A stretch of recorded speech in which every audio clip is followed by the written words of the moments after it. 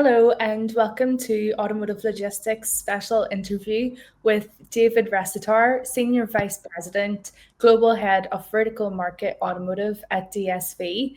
Dave, welcome. Thank you for joining us. Hey, thank you for having me. Glad to be here. I know that at DSV, your purpose is to keep customers' supply chains flowing. You're sponsoring ALSC Global in Michigan this year.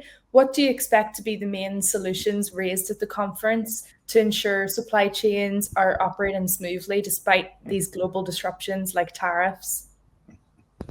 First of all, Megan, we're really happy to sponsor Auto Logistics in Detroit. It's one of my favorite shows, being local from Detroit. So looking forward to that in a couple of weeks. No, as far as the conference, I think you'll see the normal topics, right? Or not the most current topics like tariffs, sustainability, e-mobility. But I think in terms of trends, some of the things that'll be of most interest right now are uh, spare parts, aftermarket distribution systems seem to be really in demand with all of the OEMs right now as they're recognizing and trying to find other ways to save money. Uh, Extreme cost pressure due to the overall volume reduction. So I think from an OEM standpoint, they'll be interested in ways to become more efficient and things like that. And also, this nearshoring topic is with the tariffs and things like that is really interesting to people and the localization topics. But also on, I think other topics on the tech side will be,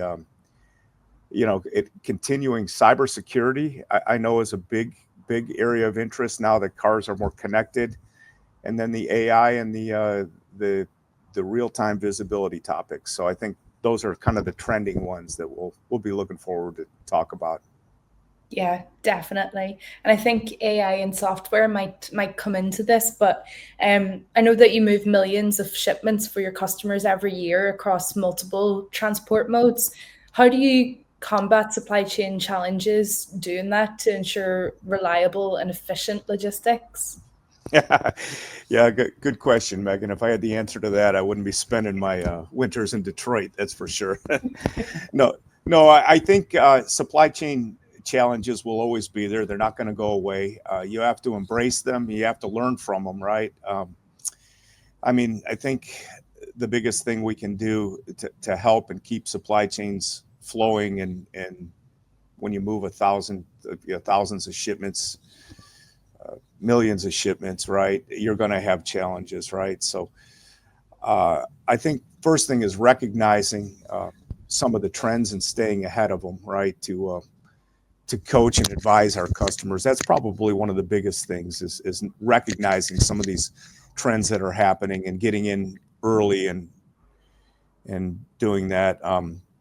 The other thing is just really to be easier to do business with. Back, it used to be you wanted to be raise barriers of entry and exit for your customers so that you were harder to you know interchange, right? But now when you're seeing things moving much more fluid and OEMs, tier ones diversifying their service supplier portfolios, I think you want to be more of a quick connect type company, faster solutions, be able to get in and out, APIs, quick EDIs, things like that. So as these challenges arise out in the market, you can adapt quickly to the customers. You can move in, move out of solutions as they need them, right?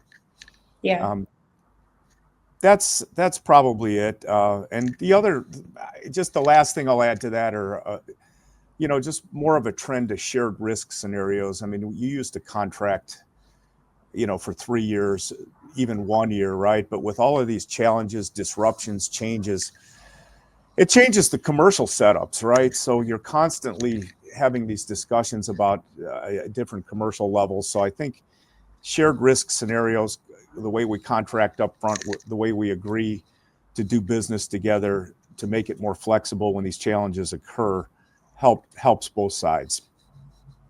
Yeah, absolutely. Um, And finally, what can you offer to OEMs to help boost their long-term resilience? yeah, I mean, as the OEMs are protecting their supply chain resilience. I mean, the trends they're doing is really localization, nearshoring, right? Is uh, they're looking at diversifying their supply chains, so that either or integrating, so that either means bringing things in house to avoid these tariff impacts or geopolitical issues. They're diversifying their supply chains, which means they're retooling. Where they used to tool in China, maybe now they tool in China and Northeast Africa, right? I'm starting to see that, in the some of the big wheel suppliers, right, moving into the different regions. Um, cost, cost massive for them right now with volumes going down, production sales kind of flat. Cost pressure is critical to the resilience of supply chain. So these are all of the things that are driving them. The other thing is production. The OEMs are reevaluating their product mix and manufacturing setups, right? So, do they scale back from EV? Do they do more fuel cells or hydrogen? So they're looking at their product mix. They're looking at their production geography mix. So all of those things make supply chain resilience, diversity, mix, cost, all of that. So how do we help? I mean, we help by identifying efficiencies in the supply chain, by making sure we're driven with data so we can recognize root cause analysis, long-term type of improvements. We help with route diversification, port diversification. So there's plan B, plan C when things happen. Different areas like that is really how we help them in terms of the resilience and the issues they're doing. Probably the last thing, the biggest trend I'm seeing is we're seeing a lot of requests in terms of this localization effort, right, for contract logistics, final mile visibility, right? So I think that's one of the things we're looking at, driving down to local markets, into the specific metering centers right outside of manufacturing plants, and port to door type of services that we're really seeing a greater need for as the supply chains are starting to contract into a more of a local setup. Thank you. Is there anything else that you wanted to add, Dave? Yeah, I think that one of the biggest things we're trying to address, now that DSV's acquired Schenker and we're the number one forwarder on the market right now, is you're recognizing a profound geographical shift.